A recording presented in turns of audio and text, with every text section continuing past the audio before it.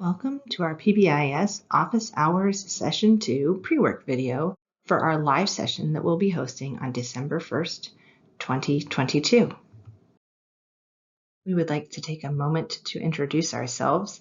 My name is Jessica Dedek, and I am one of the PBIS team members here at SSTR5.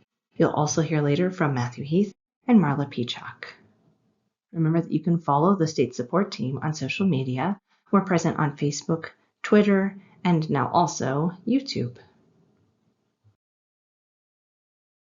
Our objectives for this video revolve around the use of data decision rules. Participants will explore the rationale for creating, using, and refining decision rules. Participants will consider ways to utilize Tier 1 decision rules, and participants will consider ways to utilize Tier 2 decision rules.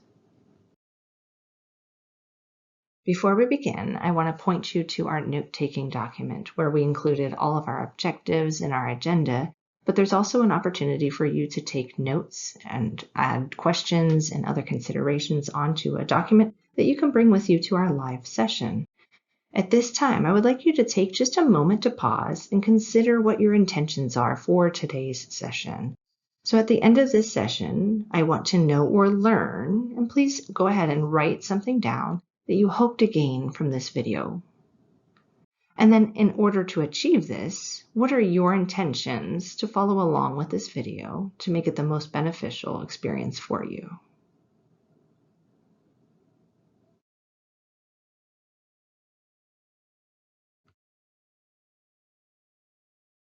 Our agenda for this video begins with why we use decision rules.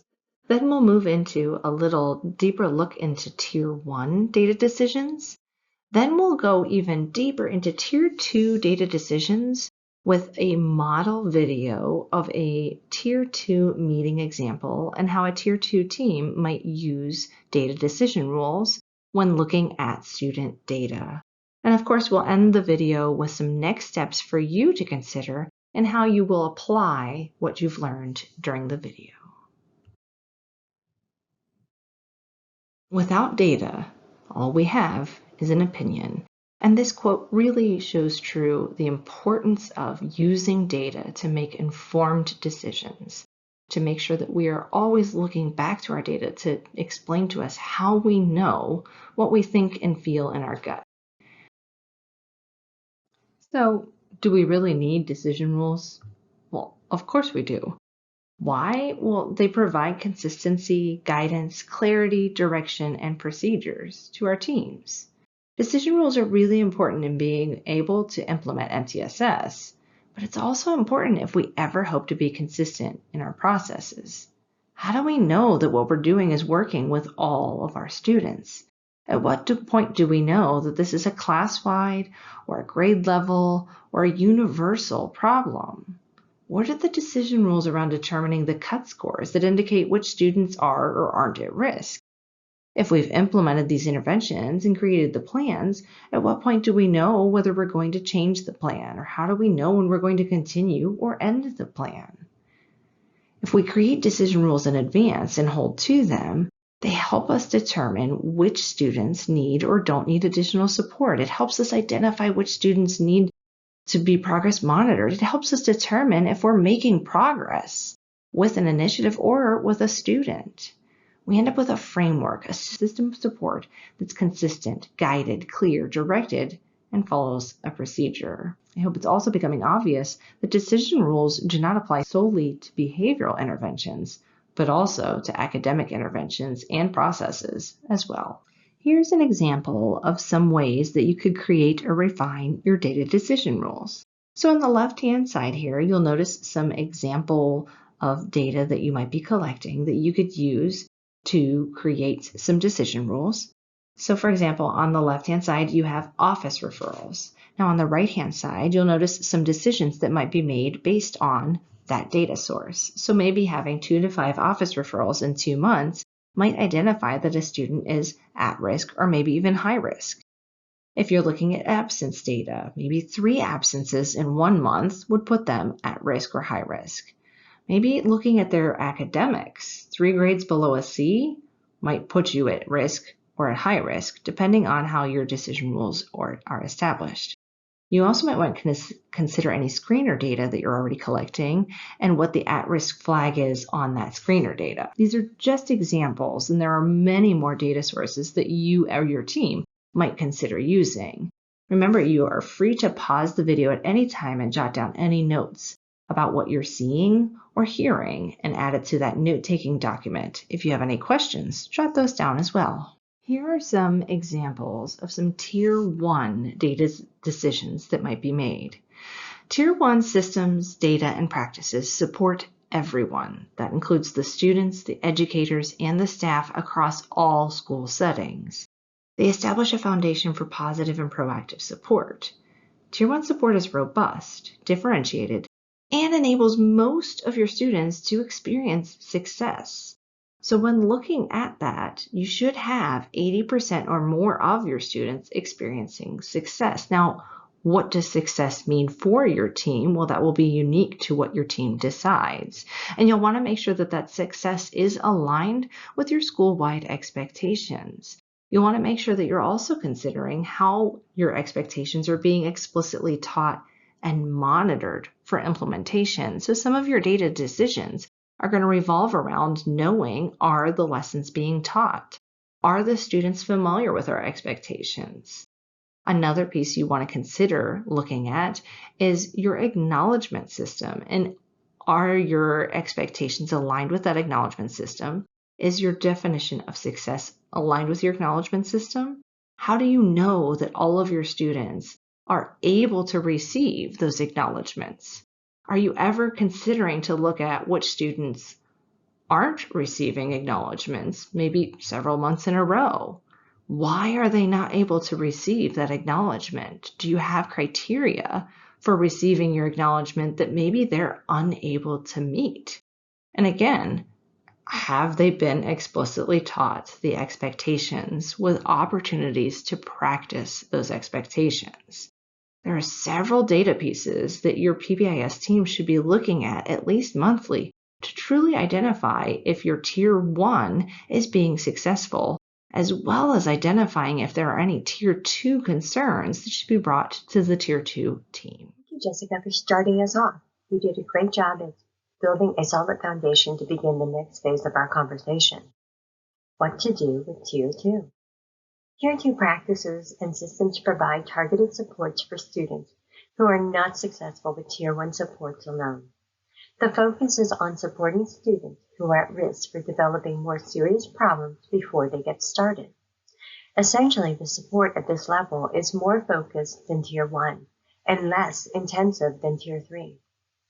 Tier 2 practices stem from a strong foundation of Tier 1 support. With school-wide systems in place, schools are able to identify which students need additional support. When you think of additional support, you are thinking about providing additional instruction and practice for behavioral, social, emotional, and academic skills, possibly increasing adult support and supervision, providing additional opportunities for positive reinforcement, increasing prompts or reminders, increasing access to academic supports, and increasing school-family communications.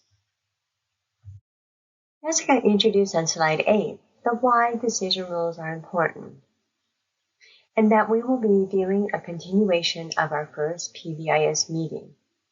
However, it will be from the lens of the Tier 2 team. As the Tier 2 team reviews the data that was shared with them from the Tier 1 team, the decision rules that they will be using as they review the information shared with them are on this slide.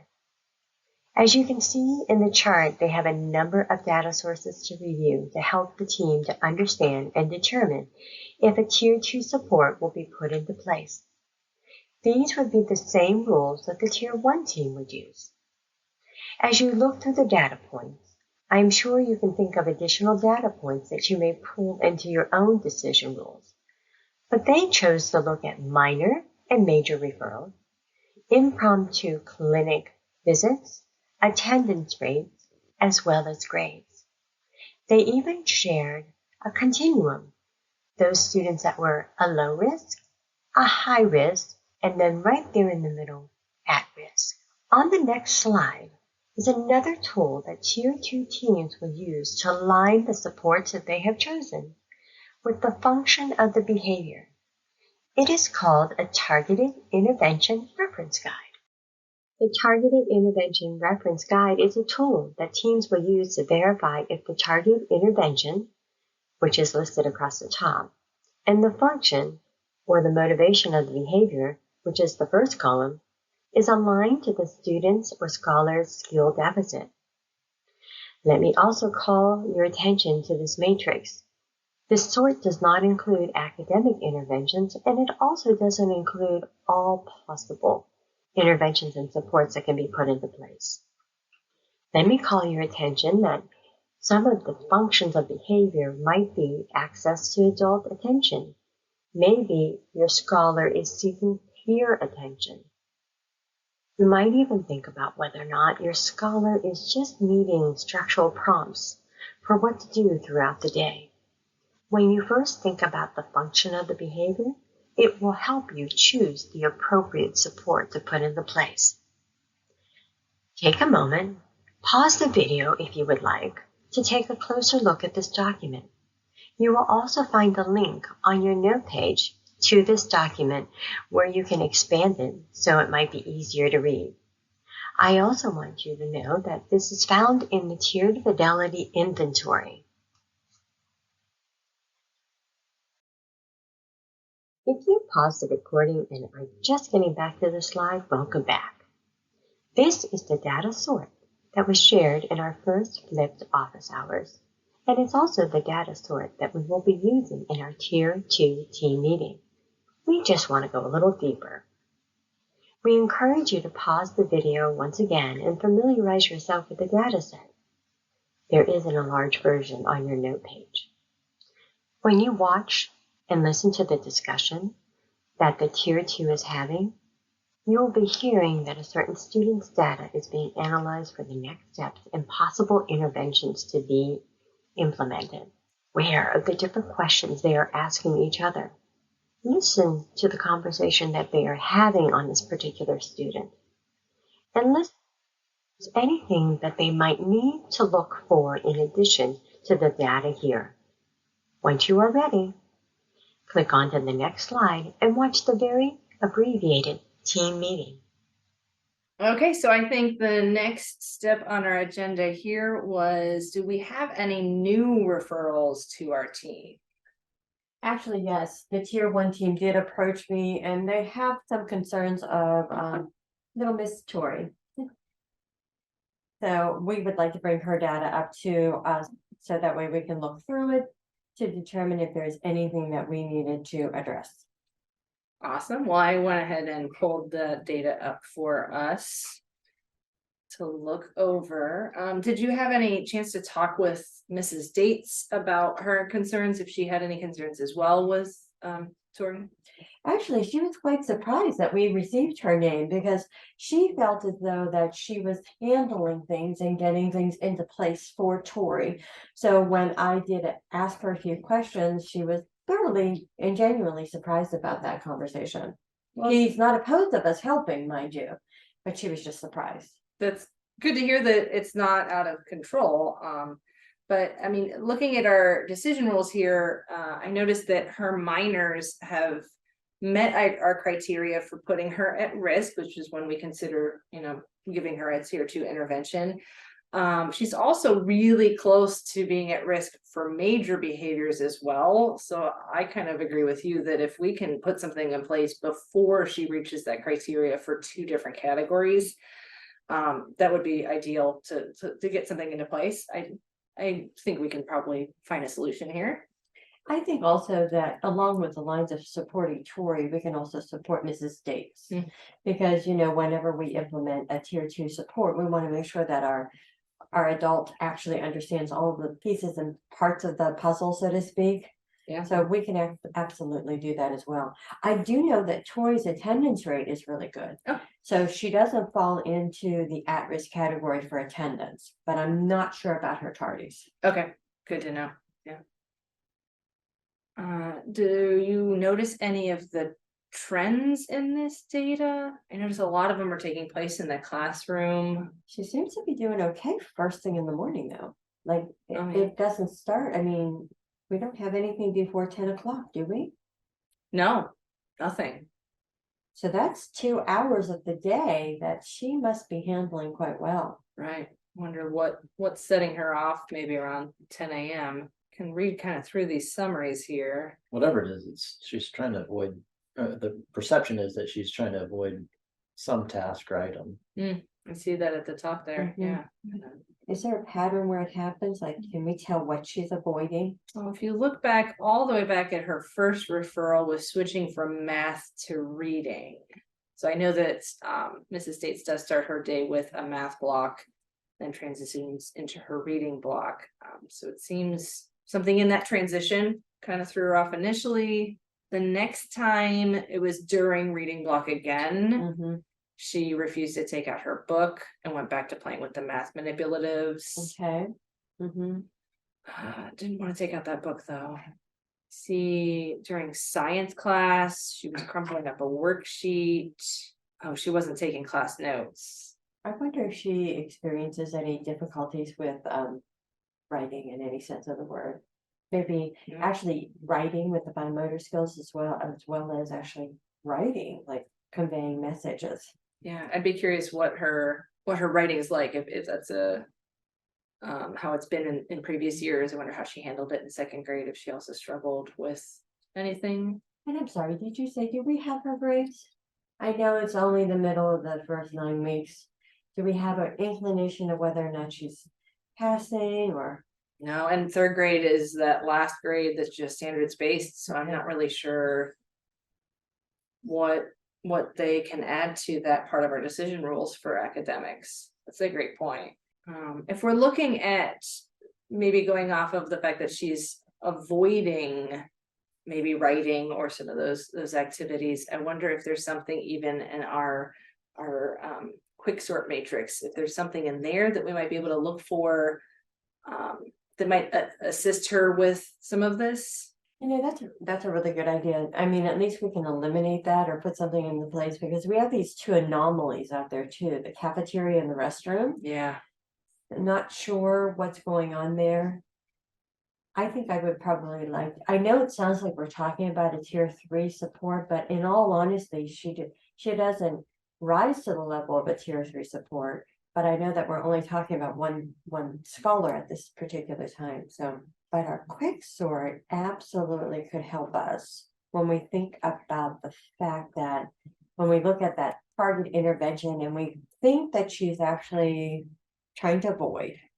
Possibly, yeah. Possibly. And we might think that she is avoiding maybe language arts, reading and writing. Yeah. We're not sure yet because this is just sort of preliminary.